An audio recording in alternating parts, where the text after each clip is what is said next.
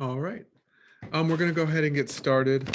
I just want to thank everyone for joining. My name is Nick Medell. I am the Education Coordinator with Rural Arizona Engagement. Our mission is to educate, advocate, and coordinate in rural communities so that they may gain access to civic education, engagement opportunities, and voter registration. With the start of the 2021 Arizona State Legislative Session, it is more important than ever for everyday Arizonans to understand the inner workings of the state legislature.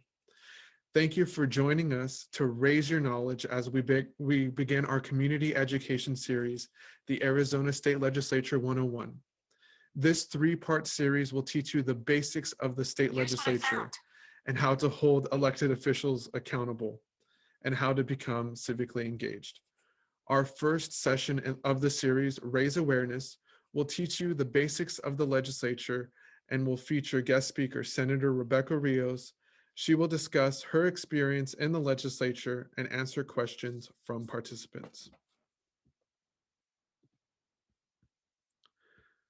Some of the objectives from tonight are to learn about the different chambers in the legislature, learn about the functions of the House of Representatives and the Senate, and learn how a bill is passed.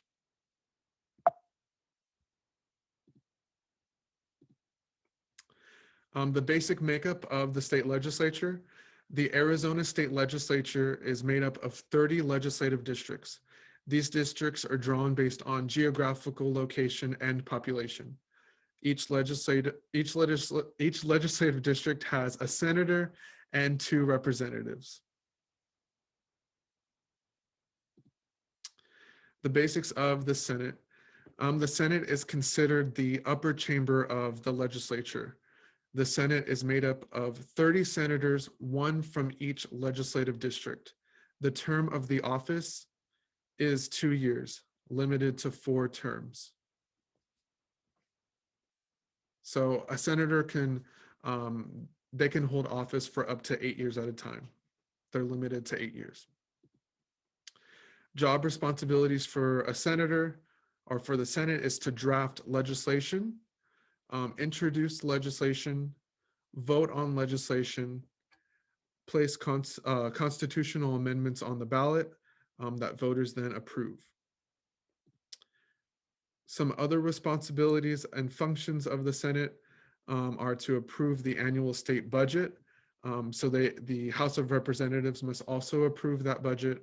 The Senate has the power to confirm or reject any gubernatorial appointee for the executive branch. So if the governor wants to appoint someone, the Senate has the power to either confirm or reject.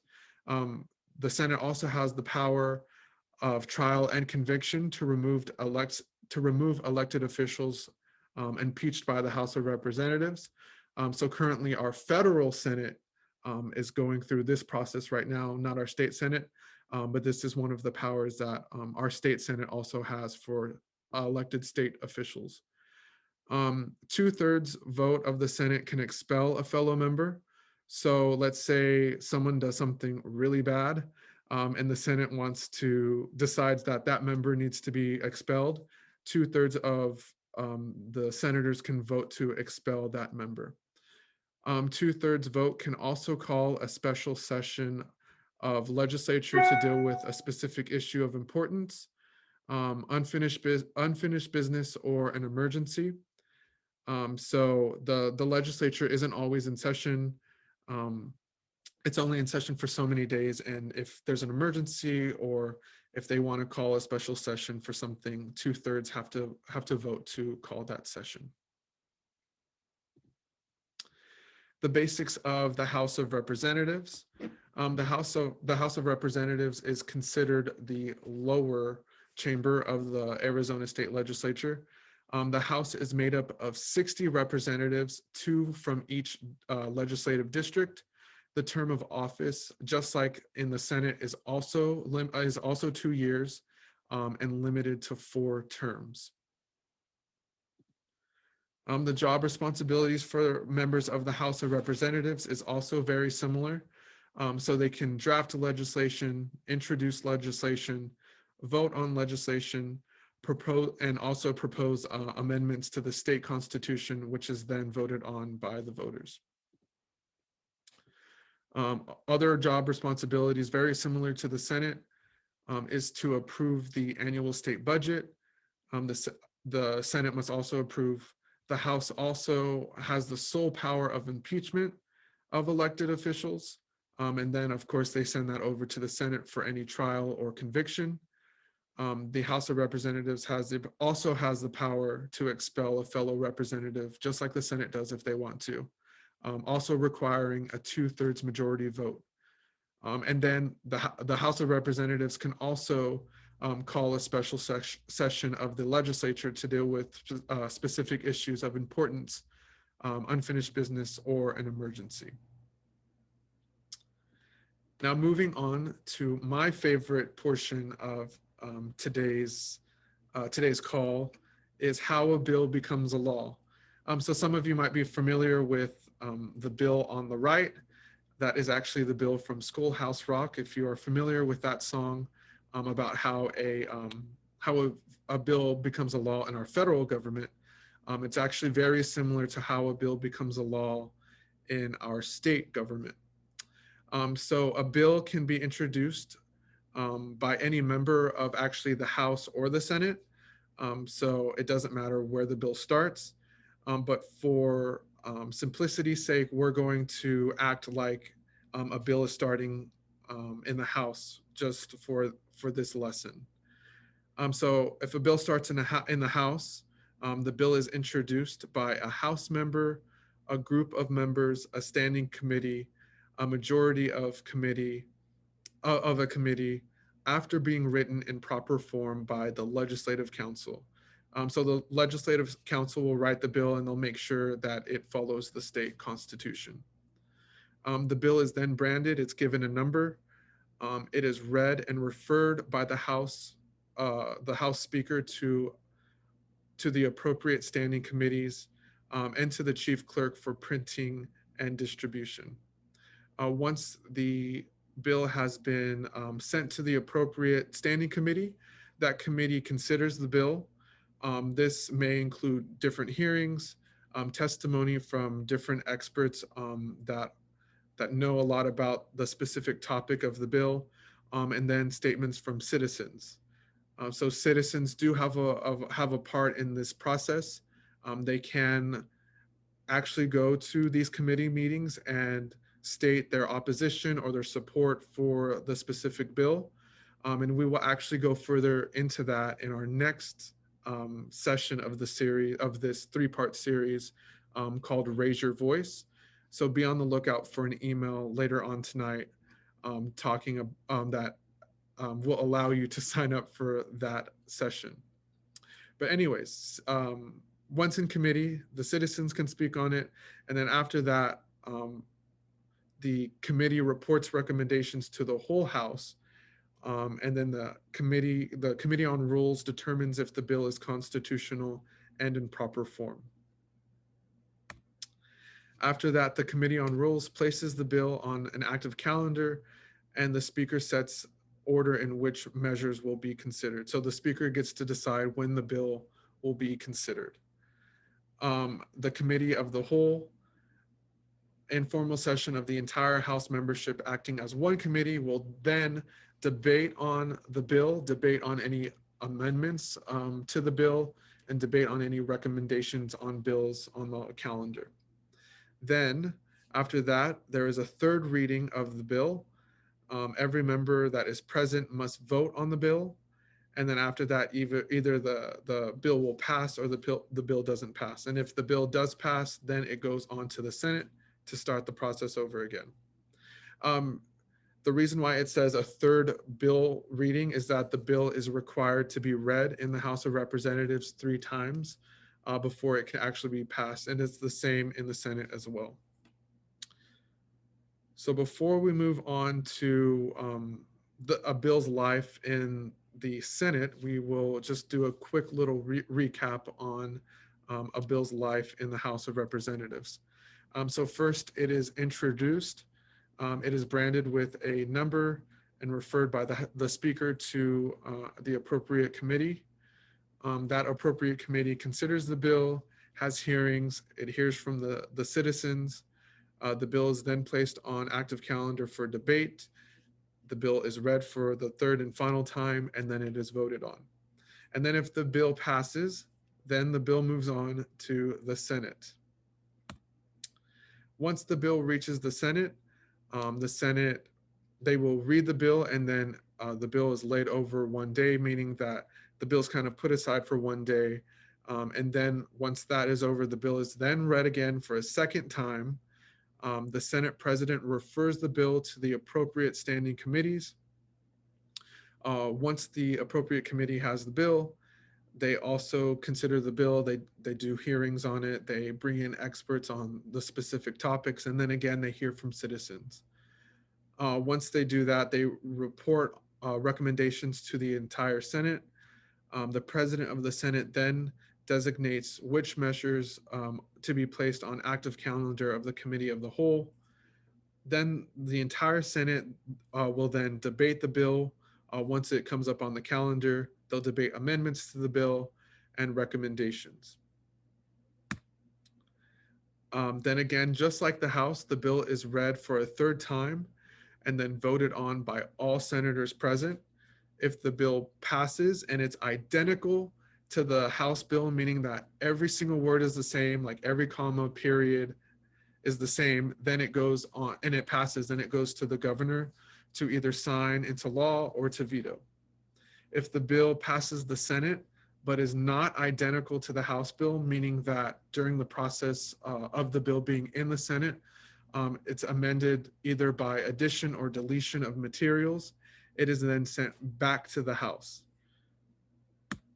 So before we move on and talk about what happens if the bill is not the same when it goes through the Senate and it's sent back to the House, we'll just do a quick recap on a bill's life in the Senate. So once it's sent over from the House, it's read, and then the Senate president sends it to the appropriate committee. That appropriate committee considers the bill, has hearings, hears from senators. The bill is placed on the active calendar. The bill is then debated by the Senate. The bill is read for a third time and then voted on. So if the bill is amended in the Senate and is not the same as the House, it does not go to the governor yet. It goes back to the House. The House then, one second. The House will either then accept the amendments of the bill, and if they do, they'll vote on it, and then the bill will be sent, if accepted, the bill will be sent to the governor. If the House rejects the amended bill, it is sent to something called a conference committee. What is a conference committee? A conference committee is a committee made up of representatives appointed by the Speaker of the House and senators appointed by the President of the Senate. Their job is to iron out any differences in the bill that come up, and they come up with a compromise. So after the conference committee comes up with a compromise, a conference committee report is sent to both chambers of the legislature for adoption. After final passage of the bill in both chambers, the bill is then sent to the governor.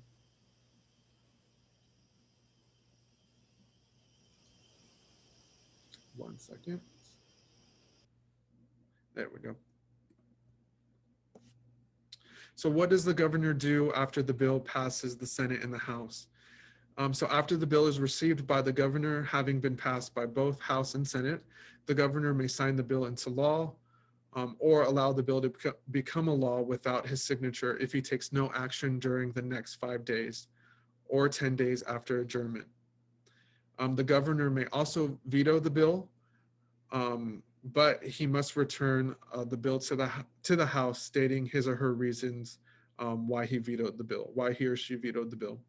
The House and the Senate may override the governor's veto by a 2/3 majority vote. So if the House and the Senate decide to override the governor's veto, then the bill does become a law. And that was a lot of information really quickly about how a bill becomes a law. So I'm going to do just a really quick recap of the process of a bill becoming a law. So a bill can start in either chamber. Like I said earlier, it can start in either the House or the Senate. The bill is read and assigned to the appropriate committees. The committees hold hearings on the bill, and then they report a recommendation to the whole chamber. The bill is then put on a calendar, debated, and then voted on. If the bill passes, then it is sent off to the other chamber for the whole process to start over again. After the bill passes, it is either sent to the governor or sent to the other chamber for approval if changes have been made.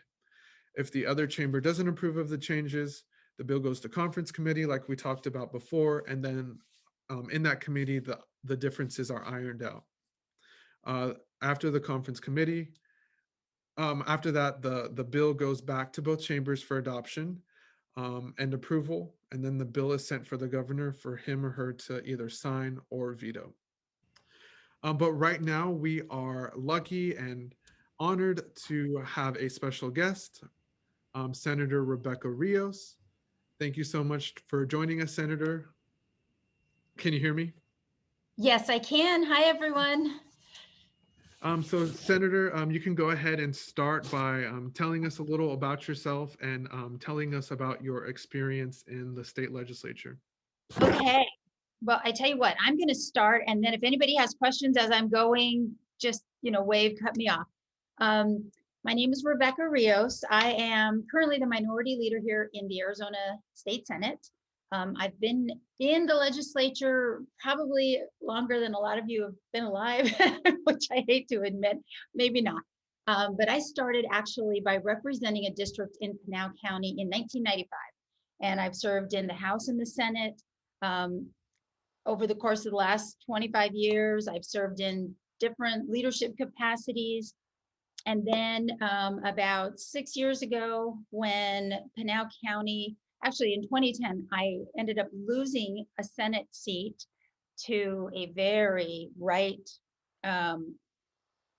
man by the name of Steve Smith. So I lost in that election, and then subsequently moved to Phoenix and ran from a district that is very Democratic and very blue and includes the Capitol in South Phoenix, and started serving again in 2014.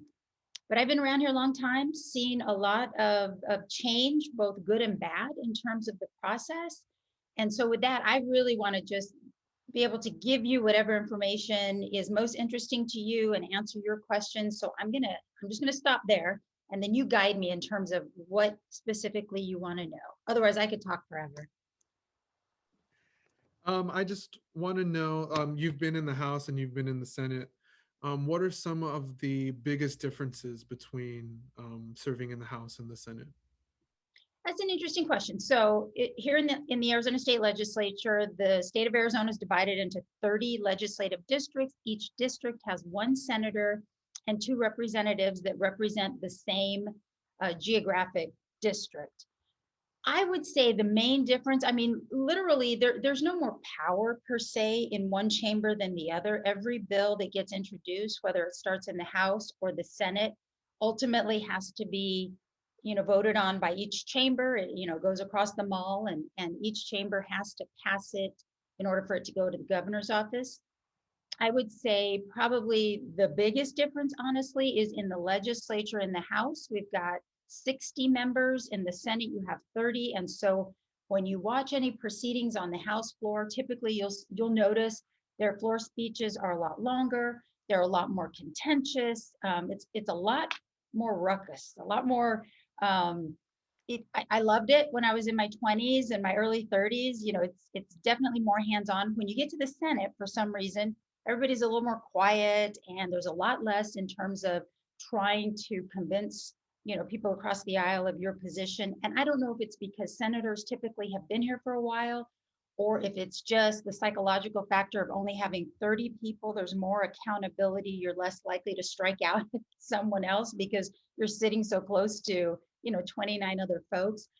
But my dad used to say there's an analogy, right? When you consider the legislature serving in the House of Representatives, if you're thinking about the legislature as school, then serving in the House is kind of like being at recess, and serving in the Senate is like being in the library. So that kind of gives you a good idea. But at the end of the day, we both have the same level of power per se in terms of what we can do, introducing bills and voting on bills and getting them up to the governor's desk. Great. And can you talk about committees? Like Yes. what are the different functions of the committees, and which committees are you currently on? So every 2 years, you get a new set of leaders. And right now, the House, the Senate, and the governor's office are controlled by Republicans. The House of Representatives has been controlled by Republicans since the 60s. I mean, we are overdue for a change. The Senate has also been controlled by Republicans since the 60s, with the exception of one 2-year term in 1991-92. We Democrats controlled the chamber, and actually my dad, Pete Rios, was the president of the Senate, the first and only Latino president of the Senate. Actually, the first and only person of color that's actually headed up the Senate of any gender. Each leader, when they come in, the president or the speaker, they get to decide what committees they're going to have. So currently, between the House and the Senate, there's 23 what we call standing committees. These are the committees that will be meeting right now when we're in session. You have an agriculture committee, a judiciary committee. You're always going to have a rules committee. Rules is the committee that determines constitutionality of bills. But what you'll find is sometimes you have leaders that want to make all of their members happy, right? If they're in control, they want to make all their members happy. And so oftentimes they would just create committees, and we'd end up with 25, 30 different committees because they wanted to give each of their members a committee. And they might be committees that only heard 3 or 4 bills because they weren't the mainstay committees. So right now, 23 is actually a small number compared to what we've had in the past. But again, generally speaking, you're going to have a health committee, an agriculture committee, judiciary committee. And rolled in those are going to be issues like elections and water reform. I mean, essentially, the president or the speaker sends bills to whichever committee that the truth is they should send them to the committees that the bills are germane to. The truth is they send them to committees that they know they can get the votes to get the bills out. But that's a very long-winded way of saying we have 23 committees. Because I'm the minority leader and we didn't have a lot of committees, I went ahead and let go of the committees that I serve on. I like to serve on Health and Human Services so that one of my members could serve. And I serve on the Rules Committee. Again, that's a committee that every single bill goes through, and we're supposed to determine, are these bills constitutional? And that is what that committee is supposed to determine. And they're not supposed to let those committees out of there unless they're constitutional. But again, I will let you in on a secret. We joke that constitutionality is essentially whoever has more votes. So if you look at the makeup of these committees, again, Republicans control, and typically they're going to have at least 2 or 3 more Republicans on every single committee because they want to make sure that their bills get out of committee. And let me also tell you, their bills are the only ones typically that even go to committee. But with that said, I'll stop and answer more questions. If anyone, I have a really quick. oh, go ahead, audience. I have a really quick question. Just determining which bills go to committee. I guess how is that process? Or because there's so many, I think that could be introduced. But obviously, I would think obviously there's not enough time. So I guess how is that broken down? The Speaker of the House and the President of the Senate hold all of the power. I mean, they ultimately will decide. So when we come in as a member, I can introduce a bill on anything I want. And typically members will introduce bills either that are agency bills, like, the Department of Corrections needs a bill to do X, Y, Z. So they'll ask a member to introduce it. I, as a member, could introduce a bill that maybe my constituent wants. I've done that in the past where I got a bill passed to create equine dentistry, literally horse dentists. This was many years ago. So it can be something like creating the state bird or the state dinosaur, something frivolous, the state drink. I think they did that a couple years ago and called it lemonade. Um, but ultimately, as a member, we can introduce as many bills as we want on anything we want. But what happens is the president of the Senate, and I'll just use this as an example, she then will assign every single bill to a committee. But just because it's assigned doesn't mean it's heard, because then the chairman of that committee, who is also going to be of the majority party, that chairman has the ultimate authority to decide whether or not to hear a bill. And 99% of the time, they're only going to hear Republican bills. It is very few Democratic bills that ever get heard, and even fewer that ever make it to the floor for a vote and get sent to the governor's office. As an example, several hundred bills were introduced last session. There were probably 400 or 500 that made it to Governor Ducey's desk for him to either sign or veto.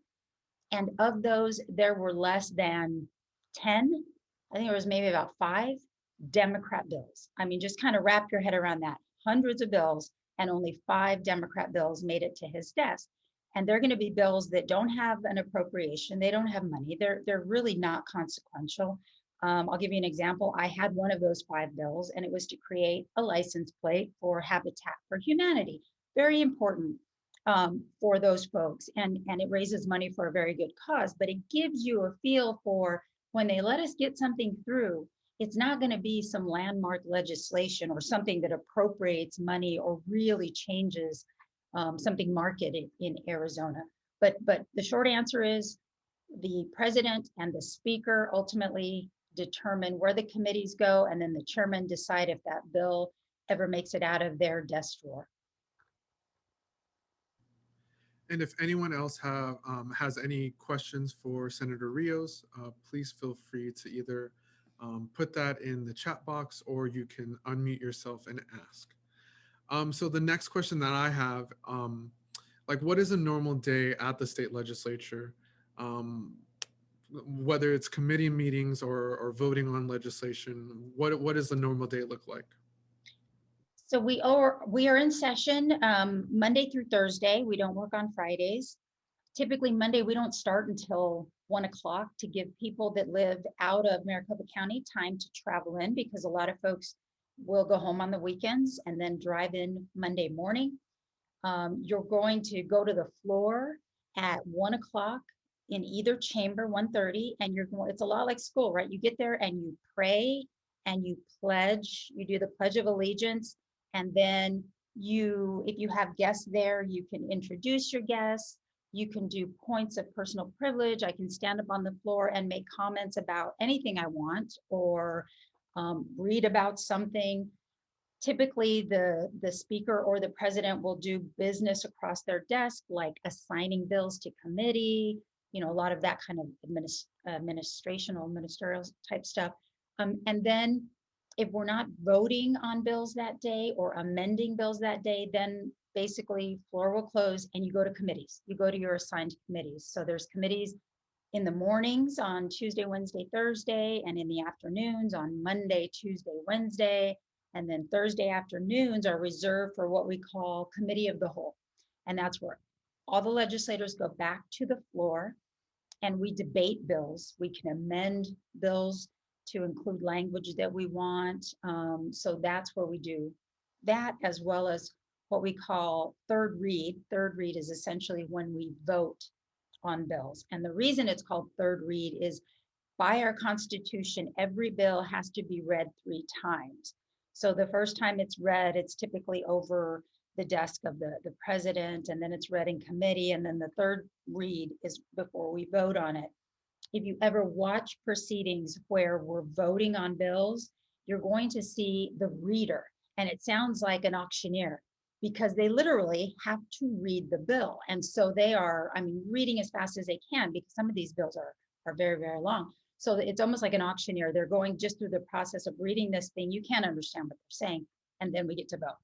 But a typical day will include your committee meetings, a lot of meetings by lobbyists, special interest, folks that will come and say, hey, I want to lobby you on a bill and tell you why I think it's important you should vote for it.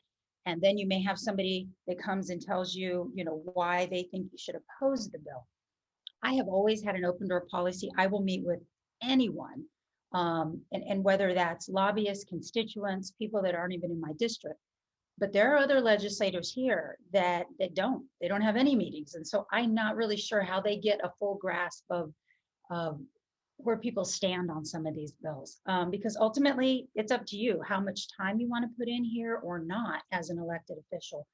I'd love to have people come and shadow me for the day. Right now we're in COVID, so we're shut down to the public. But next year, I assume we're going to be back to normal, and I extend that invitation to each and every one of you. If you have a chance, call me, let's schedule a day and come hang out with me and sit in my office so that you can observe what it's really like behind the scenes. The visits by lobbyists, the visits by staff. But in a nutshell, it's meetings, it's committees, it's voting. It's also meeting as a caucus to discuss bills, to discuss strategy. But it's fun. I mean, if any of you are ever interested in running for office, come spend the day with me. It's never boring. You will learn more about a variety of topics than you ever thought possible. And most people that come here, they either immediately know that they love it or hate it, and they stay forever like me, or they don't run again. But it is probably, for me, like the most adrenaline-filled job ever. It's always different. Every day is different. And it's a lot of fun. All right, the next question is from Natalie, and it's actually very similar to my question. Are there any bills you're excited about in this session? Also, are there any that cause you great concern? Yeah. So again, I think there's a lot of bills that we would be excited about if we knew that they could get a fair shake and a hearing. Right now, as the Democrat caucus leader in the House and the Senate, we have really prioritized as a caucus getting through bills that give direct COVID relief to people, right? I mean, right now we're in the midst of a pandemic. We have people that have lost their homes and their jobs, and we're really trying to put pressure on the governor and the Republicans to do something.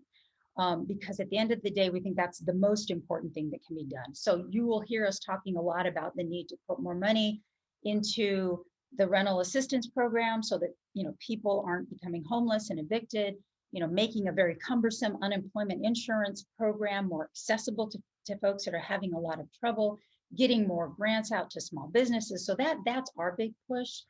In terms of bills that are terrible, that we think are terrible, I was here Friday, and there was a huge event. There must have been 300-400 people, stage speakers, the whole bit, everybody out there with no masks on. And it was a pro-life rally to promote a bill by Representative Blackman that, again, a pro-life rally that essentially would mandate the death penalty for women and that had an abortion and the physicians that provided it. So again, to us, that is just insane. Abortion is a legal and safe procedure, but that constant attack on a woman's right to choose healthcare for herself has been constant since I've been here, and it has only gotten worse. So that is a bill that I fully expect will make movement in the House of Representatives. The Senate president today, on a forum that we were on at 8:00 in the morning, she committed that she would not hear that bill over here. So I'm hopeful about that. There are also a number of really terrible bills that are additional voter suppression bills, right? I mean, these folks are never at a loss for trying to find a way to keep certain populations from voting. And make no mistake about it, Arizona is purple and turning more blue. And as a result, it is my belief these folks recognize they can't win more votes based on their platform. They're not appealing to a larger base. So they have session after session introduced and passed many bills that simply suppress the vote, from making it illegal for you to take your neighbor's ballot in for them, making that a felony. And then they called that, ballot harvesting. To this year, they are looking at trying to tinker with, mess with the citizen initiative process because they are pissed off about Proposition 208 that passed to fund public education. So they're now saying, wait a minute, that's not fair. how should 51% of the Arizona electorate speak for the other 49%? That bar should be 60%. These initiatives should pass at 60%. And we're saying, wait a minute, it only takes a simple majority for us to pass a bill in the legislature. Stop trying to curtail direct democracy. And at the end of the day, citizens are going the initiative route because the legislature is failing to do their job, right? So those are the bills I would say are front and center right now. A lot of voter suppression bills, bills that are going through the process right now. I would invite you to watch the Judiciary Committee. It gives you a really good, you get to see both sides arguing and the arguments that they have, and very, very interesting to say the least. Our next question comes from Cassie. How do you combat misinformation as the minority party in the Arizona legislature? It's easier now than it was 10 or 20 years ago because we have social media, because we have the ability to literally videotape events as they're occurring on the floor or in committee, and blast that out on social media so that it gets out to people.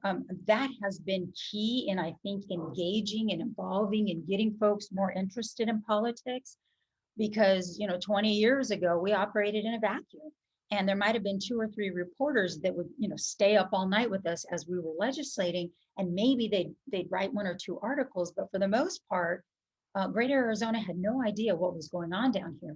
That has changed with social media, and I think we have used that very well to get our message out, as well as using what we call an echo chamber by engaging and working with nonprofit groups in the community that are also concerned about these issues, whether it's Lucha about progressive issues, or Chispa about environmental issues, or you name it. We've got a number of nonprofit organizations that work with the legislature to help get a message out. And that is, I think, the most effective way that we have been able to combat the nonsense and the misinformation that we deal with here, typically on a daily basis. All right, are there any other questions from participants that would like to either say it out loud or say it in the chat?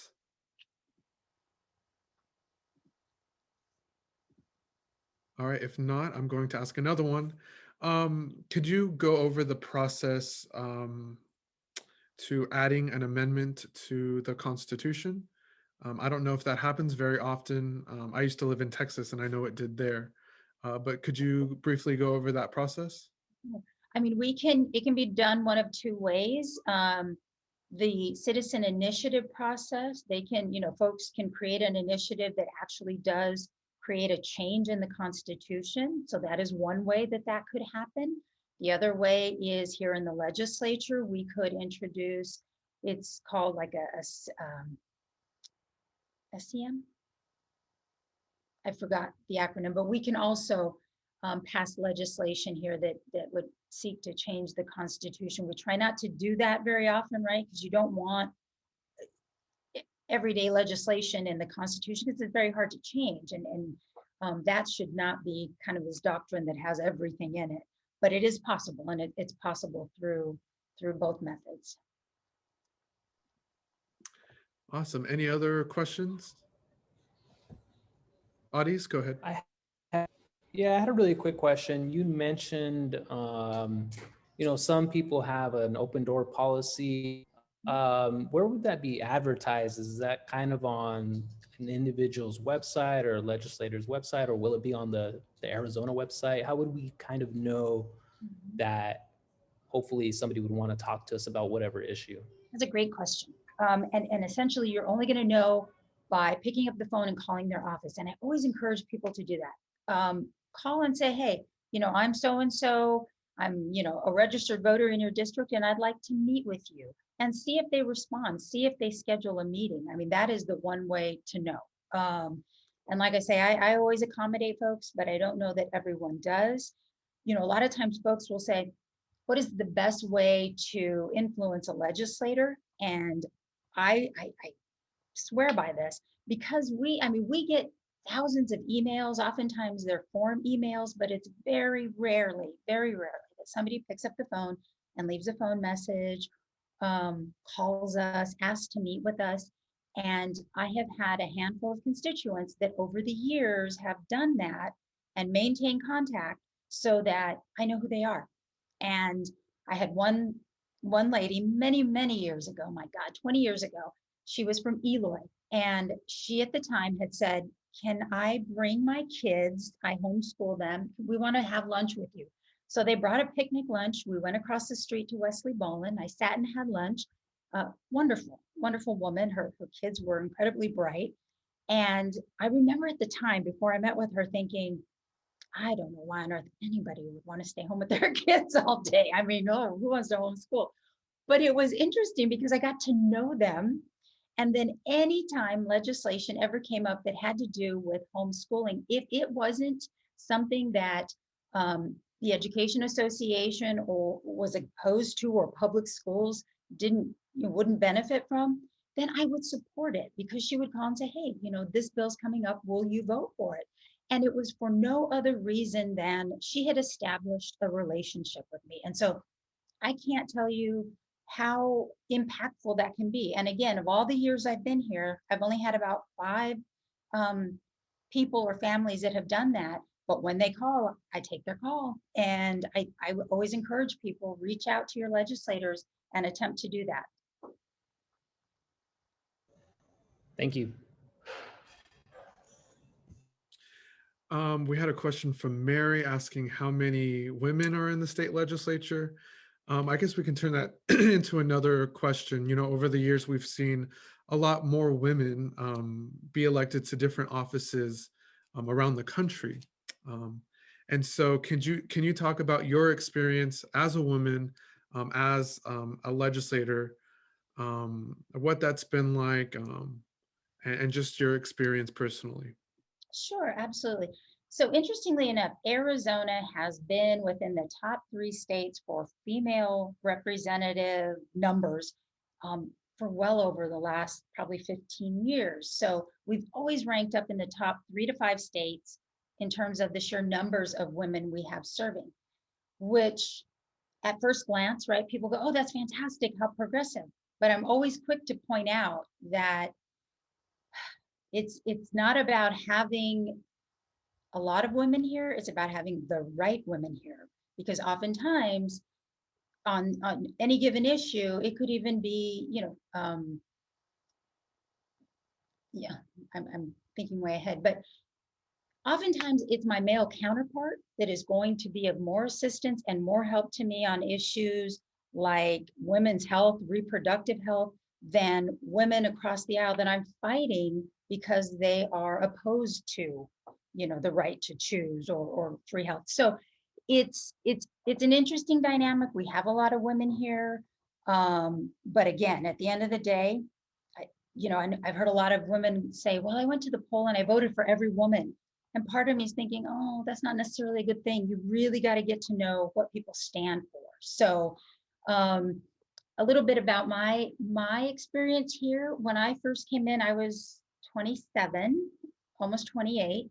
A lot more men at the time. I was young and very nervous, and I noticed that the men were older.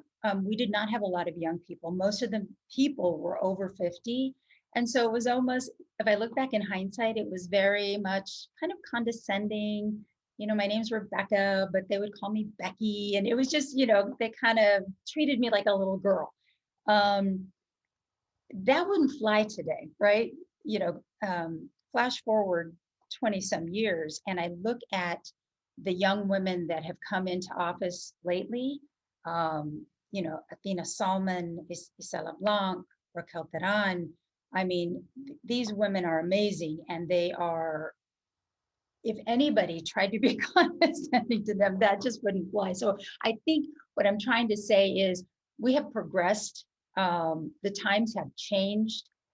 Young women coming into this chamber know who they are. They're very assertive, and men are more respectful of women as peers. And also men coming into the chamber, there's a lot more men that are younger. And so it's just a whole different mindset, right? You were all raised with a different mindset than my colleagues that are in their 60s and 70s, and that's a good thing.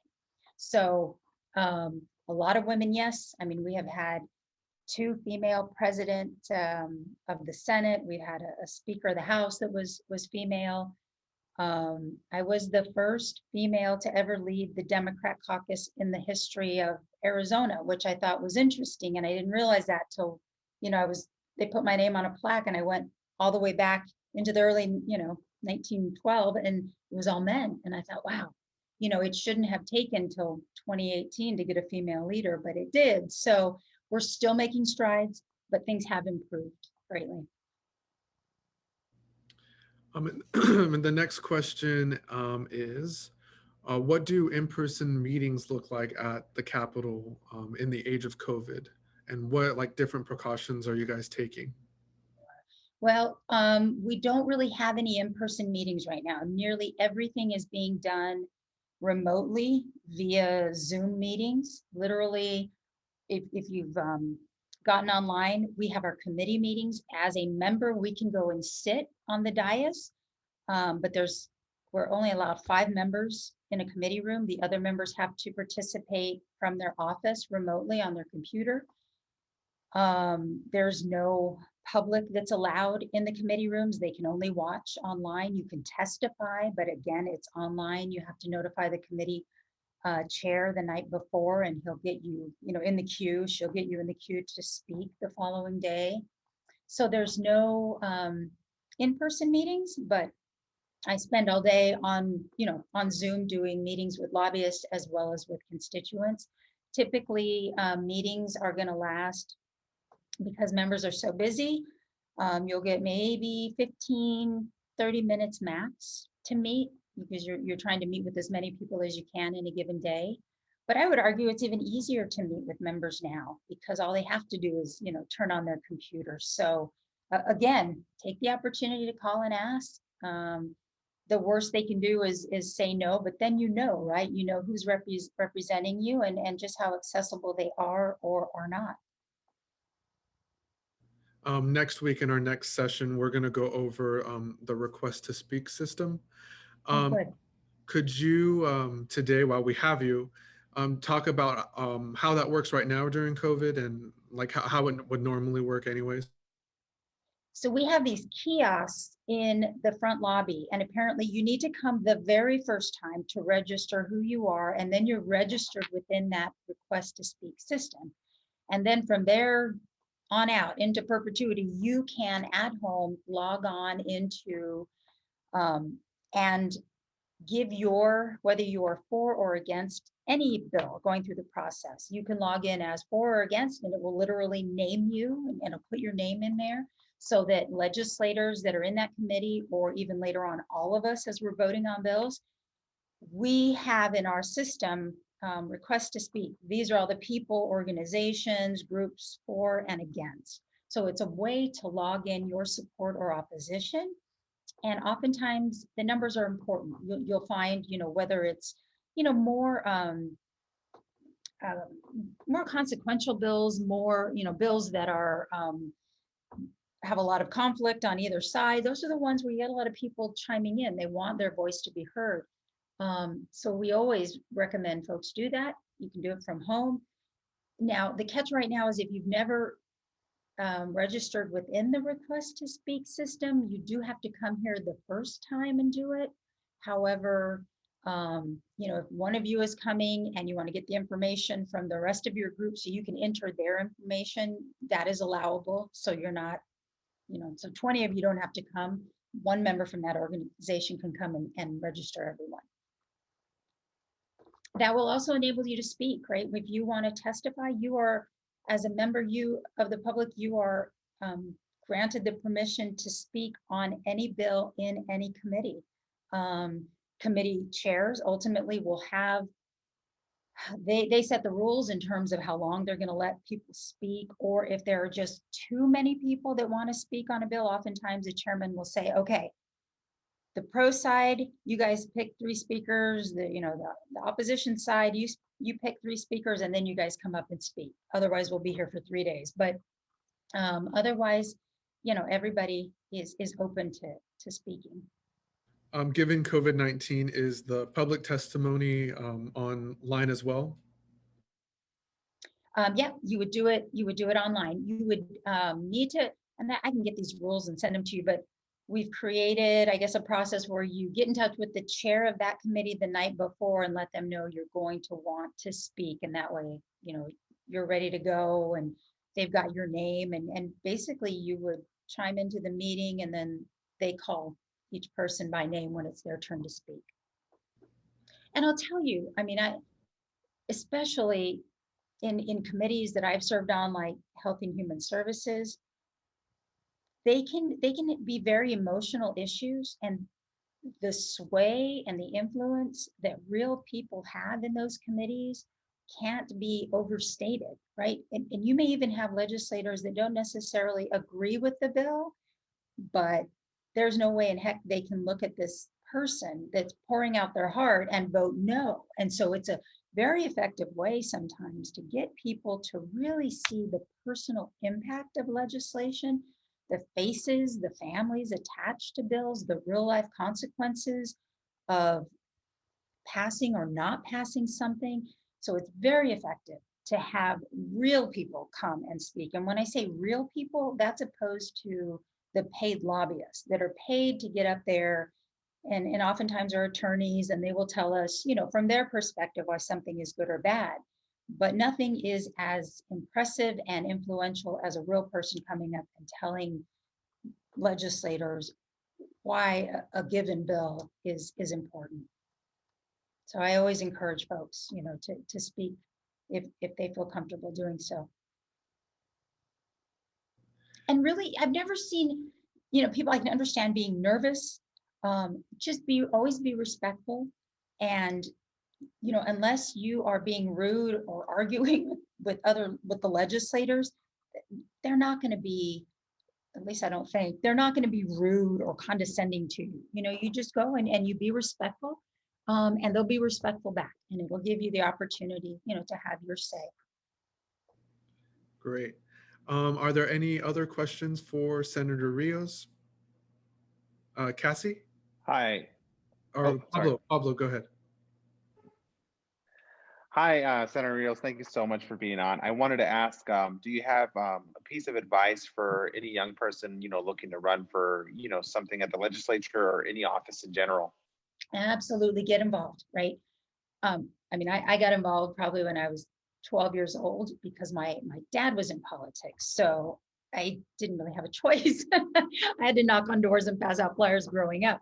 But if you're interested, find somebody running for office and ask them if they can help, if you can help volunteer. And it can be anything, right? School council, city council, town council, legislature, and ask to be involved in a campaign. And whether that is canvassing, door knocking, passing out literature, it'll really give you a good idea of what it takes to run for office. And then you eventually make that leap to doing it for yourself. But I'd say that is probably the best way to get involved. Ask to shadow somebody that's in office. That's why I always love to extend that invitation.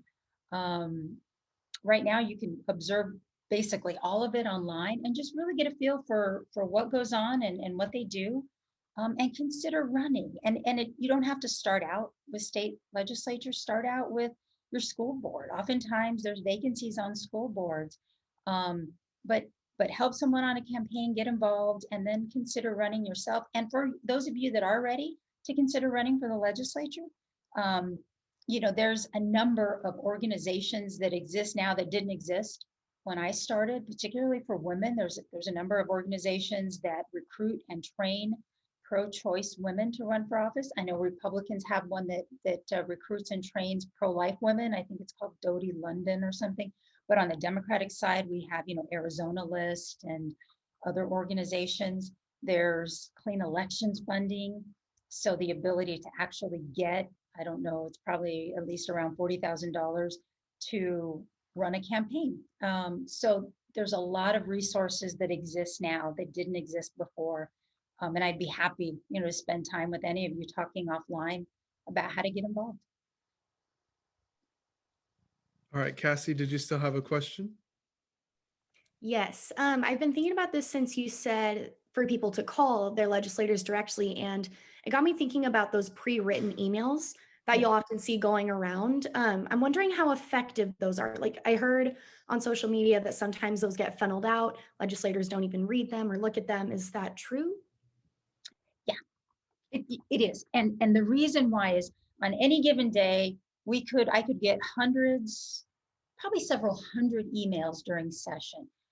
If my mailbox starts filling up with, uh, a form email, what I'll try and do is separate out those that come from my constituents, but it is a lot less effective than an email that says, and it starts right out front or even in the subject line, registered voter from your district, right? That catches my attention. Anything that appears individualized, I'm going to take the time to read. Form letters are not, it's too easy to ignore. Um, the message is all the same, and then you get this sense that, well, how they're not as effective. And and again, to that point about, what, even if you just pick up the phone and call your legislator, I guarantee you're not going to get them on the phone. They're going to be busy. You'll get their assistant, but you can say, I'm Cassie from Casa Grande, and I want, Senator Rios to consider voting yes on Senate Bill 2530. Um, I don't get any phone messages. That would stand out. I mean, that would really stand out. Or an email, and it doesn't even have to be long. It doesn't have to be, you know, don't worry about perfection. Just hit the high points, who you are, where you live, what you're asking about, how you want them to vote on a given, bill. Um, I think that's more effective.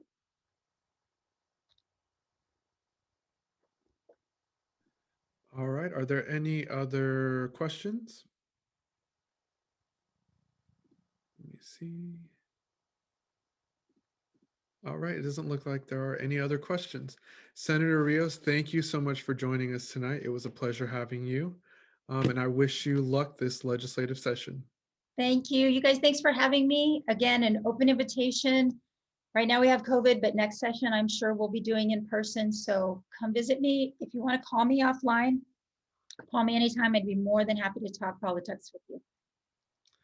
All right, thank you very much and have a great night.